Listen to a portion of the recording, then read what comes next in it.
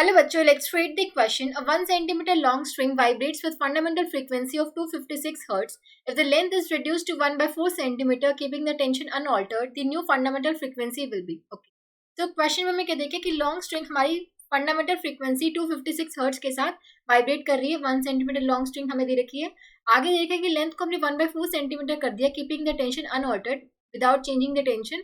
हमें बताना है कि फंडामेंटल फ्रीक्वेंसी क्या होगी. ठीक है, अब देखो फंडामेंटल फ्रीक्वेंसी का फॉर्मूला हमारे पास क्या होता है, 1/2L square root of T by mu.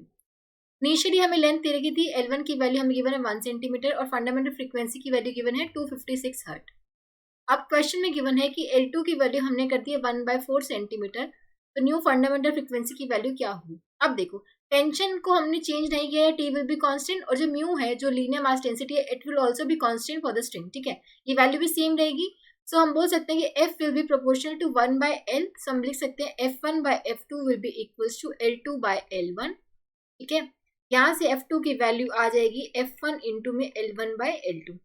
F1 की वैल्यू हमें 256 दे रखी है, L1 की वैल्यू 1 सेंटीमीटर और ये दे रखी है 1/4 सेंटीमीटर. तो ये आ जाएगा 256 इंटू में 4, तो ये आएगा 1024 हर्ट्ज. ठीक है, so option 4 will be the correct answer. I hope आप सबको समझ आया होगा. Thank you so much.